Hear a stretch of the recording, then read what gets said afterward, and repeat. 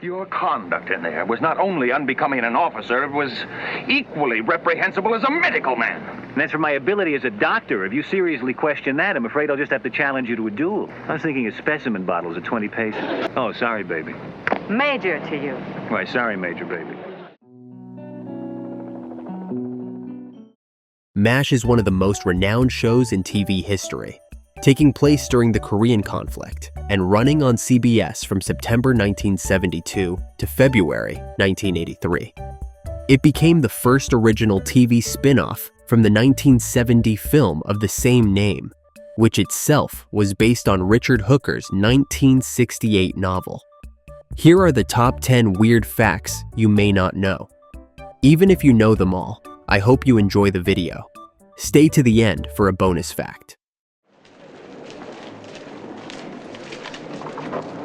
Wait a second.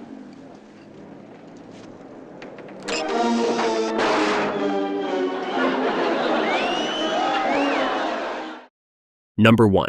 Creators. Larry Gelbart and Gene Reynolds knew exactly the kind of show they wanted to make. A little too real for a canned laugh track. Unfortunately, CBS had other ideas. The creators scored a small but important victory. No laugh track during the operating room scenes, where the tone was anything but funny. As the show evolved, the laughter got quieter and quieter, fading into the background. Now think, Igor, whatever goes in there has to last for 100 years. How about a piece of toast? Perfect. In 100 years, it'll be 200 years old. Number 2. If you pay close attention to Gary Berghoff's scenes, you'll notice his left hand is almost always hidden, tucked into a glove, holding a clipboard, or stuffed into a pocket. That was no accident. Berghoff was born with a slight deformity affecting 3 fingers on that hand. Most viewers never noticed, especially when he was behind the drums, a skill he mastered in real life, despite the challenge.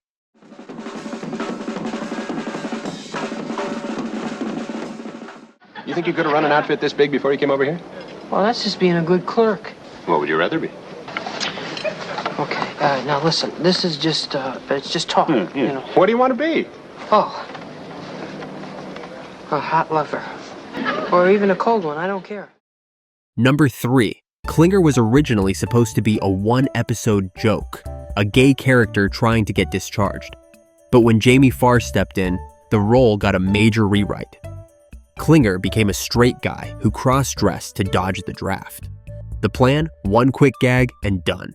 The result? Farr ended up sticking around for all 11 seasons. So much for a quick exit. Halt! Friend or foe? Corporal Klinger, isn't it? Right. Still trying to get out on a psycho, ain't Claire? Number 4. While MASH didn't shy away from showing the harsh realities of war, it still had its limits, especially when it came to anything that might seem unpatriotic. CBS put the brakes on an episode where soldiers deliberately stood out in the freezing cold, hoping to get sick enough to be sent home. Even though the writers argued it was a real part of soldiers' experiences, the network wasn't willing to show anything that might hit a little too close to home for American audiences. Lack of military courtesy. Captain Pierce constantly calls me by my first name. You honestly want him to call you Major? I have got oak leaves on my shoulders. And I've got dimples on my butt. Number 5.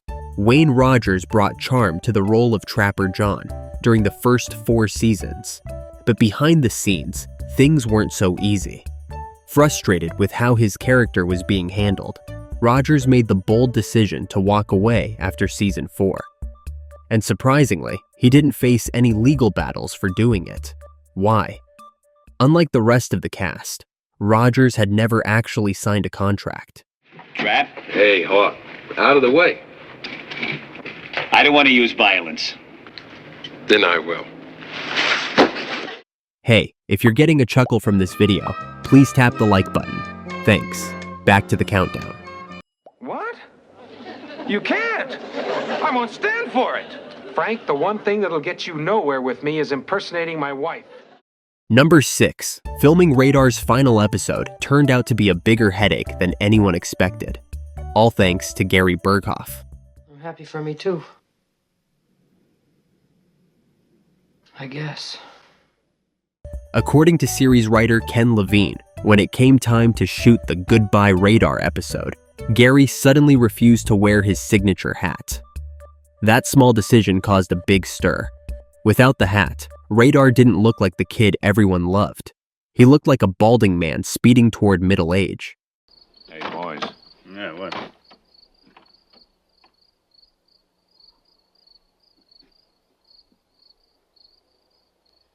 Goodbye, Radar. Number 7. The series finale isn't just iconic. It's still the most watched episode of television in American history. On the night of Monday, February 28, 1983, a staggering 77% of everyone watching TV in the US tuned in for the 2-hour event. That's 121 million people glued to their screens. To put it in perspective, when MASH first hit the airwaves in 1972, a 30-second commercial cost about $30,000. By the finale, that same ad spot would set you back a jaw-dropping $450,000.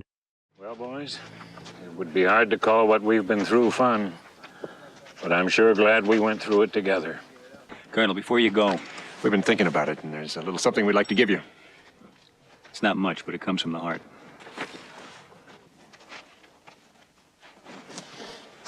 Number 8. In 1984, CBS attempted to extend the MASH universe with a spin-off pilot titled Walter, centered around Walter Radar O'Reilly. The storyline picks up after Radar's return from the war. He now faces a series of setbacks. He fails at farming in Iowa. His wife leaves him during their honeymoon. Dear Walter, thank you for the nice honeymoon so far. I love you, but I love Claude Greevy more. And he becomes so despondent that he contemplates ending it all. I'd like an overdose of sleeping pills, please. Seeking a fresh start, Walter relocates to St. Louis, where he becomes a police officer. The pilot wasn't picked up and only aired once. You keep the ring. I'll keep the pop-up toaster. Sincerely, your former loving wife, Sandy. Number 9. In the final filmed episode, as time goes by, the characters bury a time capsule, and the cast decided to do the same in real life, hiding a box of MASH props on set, hoping it would stay buried for 100 years. Unfortunately, they didn't tell 20th Century Fox, which later sold the land. A construction worker unearthed the capsule, took it home, and later offered to return it, but Alan Alda told him to keep it, noting the worker didn't seem very impressed. Hello, Hawkeye. Need anything? Can we send anything down to you? Yeah, how about a Band-Aid for my finger? I got a blister from going... Number 10. Dr. Richard Hornberger, the real-life inspiration behind MASH's Hawkeye Pierce, harbored a deep disdain for the show. While his novel was a lighthearted recounting of wartime antics, the TV series took a more pronounced anti-war stance. He lamented that the show trampled on his memories and criticized its anti-war message, stating, "I intended no messages in the book. I don't hold with this anti-war nonsense." You two were reprimanded by Major Burns for setting fire to the latrine. We were having a weenie roast. In the latrine? We're not allowed to cook in our tents. And a year ago, the Tokyo Provost Marshal claims you stole a steam shovel. I couldn't get a cab. Now for a bonus fact. Larry Linville, who played Frank Burns and Alan Alda, contrary to the on-screen conflict, became close friends while filming MASH. Alda even gave the eulogy at Linville's funeral and, at Linville's request, finished by saying, "Worms now eat Frank Burns." Thanks for hanging out today. I hope you enjoyed this episode, and I hope to see you again very soon.